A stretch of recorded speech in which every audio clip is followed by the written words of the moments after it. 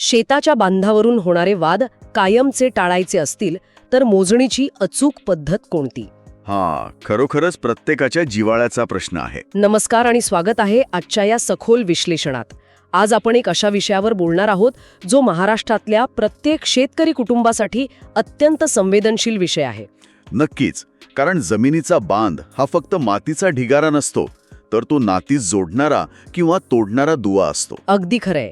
आणि म्हणूनच आज आपण पाहणार आहोत की उभी पिके असताना मोजणी का करू नये, मोजणीच्या वेळी गावच्या पोलीस पाटलांना बोलावणं इतकं गरजेचं का असतं, आणि यातलं सर्वात मोठं रहस्य, ज्याची गावाकडच्या पारावर नेहमी चर्चा असते, ती मोजणीची अ, ब आणि क प्रत नेमकी काय असते. हे सगळं आपण आज उलगडणार आहोत. अशीच उपयुक्त माहिती मिळवण्यासाठी आपला महसूलशाही चॅनल लगेच सबस्क्राईब करा. चला तर मग कायद्याचं आणि आपल्या फायद्याचं बोलूयात.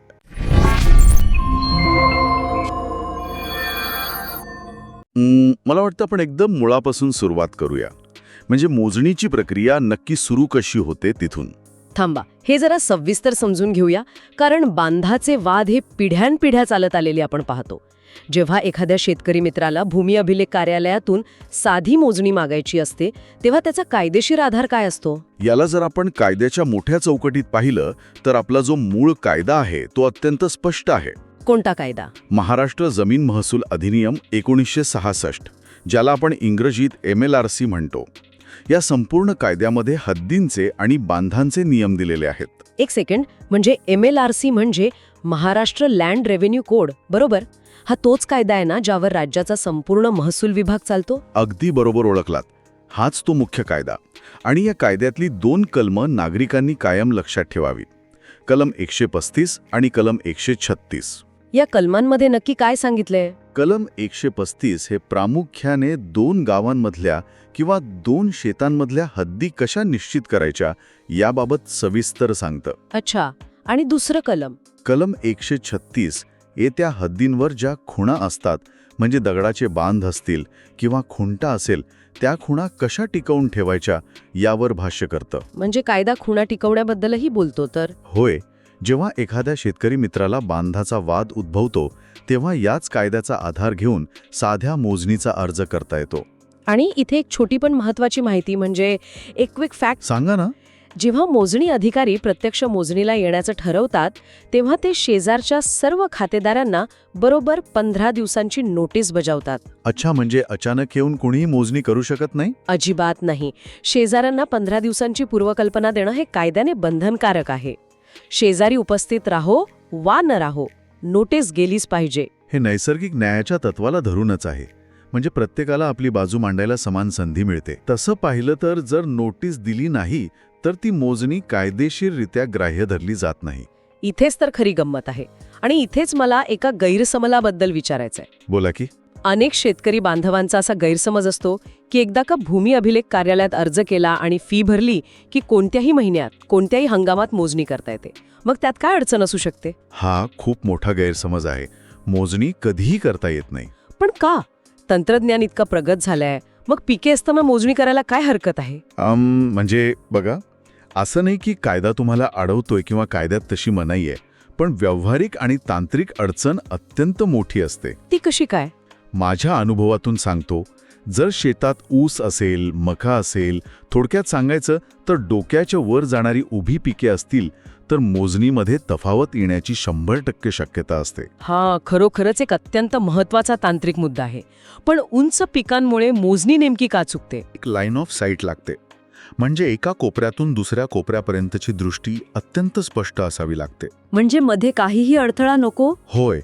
जर मध्ये दाट ऊस असेल तर पलीकडचा झेंडा मशीनला दिसतच नाही. अशा वेळी कामगार अंदाजे कुठेतरी उभे राहतात आणि मशीन चुकीचे रीडिंग घेते. बाप रे, म्हणजे केवळ पिकामुळे संपूर्ण मोजणीची दिशा चुकू शकते? अगदी. एक किस्सा पाहूया. एका गावात 2 भावांचा बांधावरून वाद होता. त्यांनी सप्टेंबर महिन्यात जेव्हा शेतात 7-8 फुटांचा ऊस उभा होता, तेव्हा तातडीची मोजणी मागवली. मग अधिकाऱ्यांनी त्यांना थांबवलं नाही का? अधिकाऱ्यांनी समजावण्याचा प्रयत्न केला, पण ते ऐकले नाहीत. मोजणी झाली, पण ऊसामुळे अचूक रेषा मिळाली नाही आणि नकाशात तफावत आली. अरे रे, पुढे काय झालं? पुढे हा वाद दिवाणी न्यायालयात गेला आणि वर्षानुवर्षे चालला. केवळ एका चुकीच्या टायमिंगमुळे पैशांचा आणि वेळेचा अपव्यय झाला. म्हणजे घाईच्या नादात या भावाने स्वतःचं नुकसान करून घेतलं. मग यावर योग्य उपाय काय? मोजणी नेमकी कधी करावी? म्हणूनच मी कायम सांगतो की मोजणीसाठी सर्वात योग्य काळ हा डिसेंबर ते मे किंवा जूनच्या पहिल्या आठवड्यापर्यंतचा असतो. कारण या काळात बहुतांश पिके काढलेली असतात. बरोबर.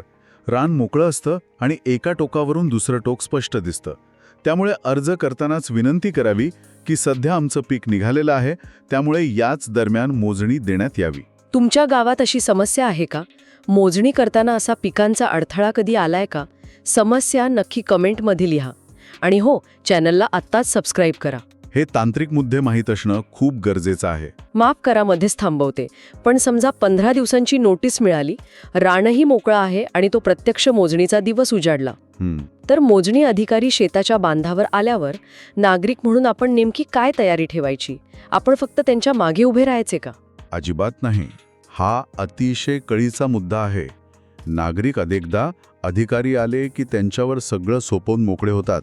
मग आपण काय करायला हवं? मी एक चेकलिस्ट देतो, ती स्टेप बाय स्टेप लक्षात ठेवा. नक्कीच. पहिली स्टेप, 1949 ची जुनी सनद किंवा मूळ नकाशा स्वतःजवळ नक्की ठेवा. थांबा, ही 1949 ची जुनी सनद म्हणजे नेमकं काय? स्वातंत्र्य मिळाल्यानंतर जमिनींच्या नोंदी अधिकृतपणे सुव्यवस्थित करण्यासाठी जे जुने नकाशे तयार झाले त्यांना आपण जुनी सनद म्हणतो. यात मूळ बांध कुठे होता याचे अचूक पुरावे असतात. अच्छा, ही झाली पहिली स्टेप. दुसरी काय? दुसरी स्टेप, तुमच्या सर्वे नंबरचा स्वतंत्र नकाशा आणि संपूर्ण गावाचा गाव नकाशा तपासून जवळ बाळगा.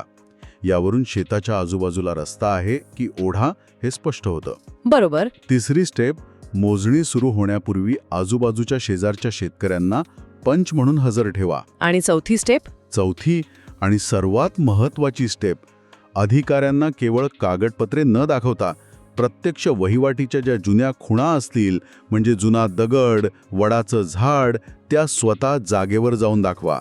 म्हणजे नुसतं अधिकाऱ्यांवर विसंबून न राहता स्वतःचा अभ्यास पक्का हवा. आपण स्वतःहून त्यांना माहिती दिली पाहिजे. 100%. आणि यातली सर्वात रंजक आणि महत्त्वाची बाजू म्हणजे इथे मी एक मास्टर स्ट्रोक सांगेन जो अनेकांना माहीत नसतो. कोणता? मोजणीच्या दिवशी तुमच्या गावचे पोलीस पाटील तिथे उपस्थित असणं अत्यंत गरजेचं आहे. पोलीस पाटील?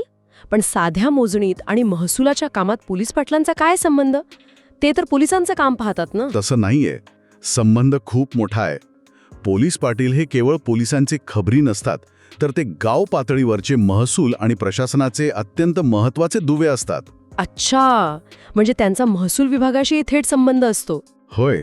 मोजणीच्या वेळी जर ते पंच म्हणून उपस्थित राहिले आणि त्यांच्या स्वाक्षऱ्या पंचनाम्यावर असतील तर त्या दस्तऐवजाला एक वेगळंच कायदेशीर वजन प्राप्त होतं. ते कसं काय? जर दुर्दैवाने हा बांधाचा वाद पुढे जाऊन दिवाणी न्यायालयात म्हणजेच कोर्टात गेला तर कोर्टात एका सामान्य शेजाऱ्याच्या साक्षीपेक्षा एका सरकारी प्रतिनिधीची म्हणजेच पोलीस पाटलाची साक्ष खूप भक्कम मानली जाते. अरे वा. कारण ते तटस्थ असतात आणि कायद्याचे प्रतिनिधी असतात. त्यामुळे पदर मोड करून का होईना पण मोजणीच्या दिवशी पोलीस पाटलांना आग्रहाने बोलावून घ्यावे. तुम्ही याबाबत कधी विचार केला आहे का? पोलीस पाटलांची उपस्थिती इतकी महत्त्वाची असू शकते हे अनेकांना आज पहिल्यांदाच समजलं असेल.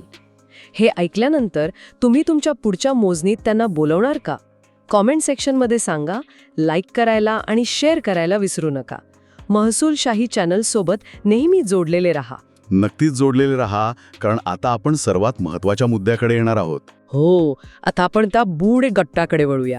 गावागावातल्या पारावर नेहमी एकच चर्चा असते, ती म्हणजे मोजणीची अ, ब आणि क प्रत. थांबा, हे जरा सविस्तर समजून घेऊया. मोजणी अधिकारी आल्यावर या 3 प्रतींची नेमकी काय भानगड असते? हे ऐकायला थोडं किचकट वाटतं, पण मी एकदम सोप्या भाषेत सांगतो. जेव्हा मोजणी अधिकारी तुमच्या शेतात येतात, प्रत्यक्ष जागेवर उभे राहतात आणि मशीन लावून मोजणी सुरू करतात, हो, तेव्हा ते केवळ कागदावरची हद्द पाहत नाहीत, ते तुमची प्रत्यक्ष वहिवाट पाहतात. वहिवाट म्हणजे जिथे आपण प्रत्यक्ष पीक घेतो ती जागा ना? अगदी बरोबर. आणि इथेच आणखी एक क्विक फॅक्ट सांगतो. अनेक नागरिकांना वाटतं की मोजणी ही सातबारा पाहून केली जाते, तर तसं नाहीये. हे कसं शक्य आहे? सातबारा हाच तर जमिनीचा मुख्य आरसा मानला जातो ना? तो मालकी हक्काचा आरसा नक्कीच आहे, पण मोजणी ही केवळ सातबारा पाहून नाही, तर मूळ सनद आणि प्रत्यक्ष वहिवाट यावरून होते. म्हणजे सातबारावर माझं क्षेत्र 2 एकर असेल, पण प्रत्यक्ष नकाशात ती हद्द कुठून कुठपर्यंत आहे हे नकाशावरूनच समजतं. अगदी बरोबर. तर ज्या दिवशी अधिकारी बांधावर येतात, पंचांसमोर नकाशे जुळवून पाहतात आणि जागेवरच हाताने रेखाटून जी एक कच्ची प्राथमिक प्रत तयार करतात, ती या अप्रत म्हणतात. म्हणजे अप्रत ही बांधावरची प्राथमिक आणि कच्ची नोंद आहे. मग ब प्रत कुठून येते? मोजणी झाल्यानंतर अधिकारी जेव्हा परत त्यांच्या भूमी अभिलेख कार्यालयात जातात, तेव्हा ते तिथे शांतपणे बसून जुने नकाशे, तुमची मूळ सनद आणि बांधावर काढलेली ती कच्ची अप्रत यांचा ताळमेळ बसवतात. याला किती वेळ लागतो? साधारण 2 ते 4 दिवस लागतात. कार्यालयात बसून नकाशांच्या आधारे जे तांत्रिक काम पूर्ण करून पक्की प्रत बनवली जाते, तिला ब प्रत म्हणतात. म्हणजे अप्रत बांधावर तयार होते आणि ब प्रत ऑफिसमधल्या तांत्रिक कामातून. मग या अंतिम क प्रतीचं काय काम? इथेच मी एका मोठ्या गैरसमजाबद्दल सांगणार आहे. हो, मलाही तोच गैरसमज मांडायचा होता. अनेकांचा असा ठाम गैरसमज असतो की अधिकारी बांधावरच अंतिम निकाल देऊन मोकळे होतात. तो गैरसमज आहे का? हो, तो अतिशय मोठा आणि नुकसान करणारा गैरसमज आहे. लोकांना वाटतं अधिकारी बांधावर आले, त्यांनी खुणा दाखवल्या की निकाल लागला. पण तसं अजिबात नसतं. मग खरा निकाल कधी लागतो? बांधावर होणारी प्रक्रिया ही फक्त अप्रत असते. खरा आणि अंतिम निकाल हा कार्यालयातूनच येतो आणि तो ज्या अधिकृत कागदावर येतो त्याला आपण क प्रत म्हणतो. म्हणजे क प्रत हीच फायनल असते. तर ती मिळायला किती वेळ लागतो? मोजणी झाल्यापासून साधारण 8 ते 15 दिवसांनी ही क प्रत अधिकृतपणे मिळते. यात सर्व चित्र अत्यंत स्पष्ट असतं. यात काय काय पाहायला मिळतं? तुमचं मूळ क्षेत्र किती आहे, नकाशाप्रमाणे तुम्ही कुठे असायला हवं आणि सर्वात महत्त्वाचं, शेजाऱ्यांनी तुमच्या जागेत काही अतिक्रमण केले आहे का, हे वेगवेगळ्या रंगांच्या खुणा वापरून या क प्रतीमध्ये स्पष्टपणे दाखवलेले असते. अच्छा, म्हणजे लाल रंगाची रेषा अतिक्रमण दाखवू शकते? होय. त्यामुळे हे लक्षात ठेवा, म्हणजे पुढे मोजणीच्या वेळी कोणतीही अडचण येणार नाही. बांधावरच वाद घालण्यापेक्षा क प्रतीची वाट पाहणे नेहमीच शहाणपणाचे असते. क्या बात है. आज आपण खूपच महत्त्वाच्या आणि किचकट प्रक्रियेचा अगदी सोपा प्रवास पाहिला. साधी मोजणी मागवताना योग्य वेळ कोणती? तर पिके नसतानाचा काळ. प्रत्यक्ष मोजणीच्या दिवशी काय करायचं? तर जुनी सनद, गाव नकाशा आणि पोलीस पाटलांना नक्की सोबत ठेवायचं. आणि ब क प्रतीचा प्रवास सुद्धा आपण पाहिला. हो, अप्रत बांधावर, ब प्रत ऑफिसमध्ये आणि क प्रत म्हणजे तुमच्या जमिनीचा फायनल कायदेशीर निकाल. अगदी खरंय. आणि या सगळ्या चर्चेच्या शेवटी मला एक अत्यंत महत्त्वाची गोष्ट सांगावीशी वाटते. जमीन म्हणजे केवळ माती किंवा धुळीचा तुकडा नसतो. बरोबर आहे. ती अनेक पिढ्यांची ओळख असते. त्यामागे अनेक वर्षांचे उन्हातान्हात सांडलेले कष्ट असतात आणि एका अर्थाने ती कुटुंबाची अस्मिता असते.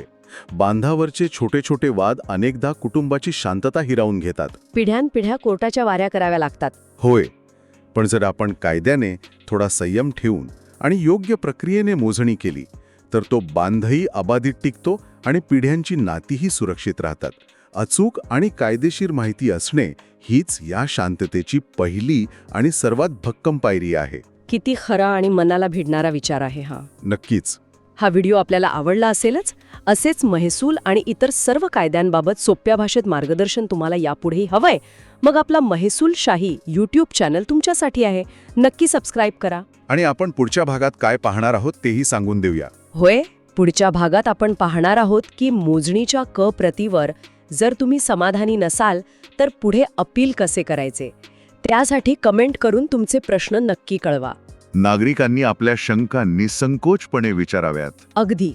महसूलशाहीच्या व्हॉट्सॲप व टेलिग्राम ग्रुपमध्ये सामील होण्यासाठी खालील लिंकवर क्लिक करा.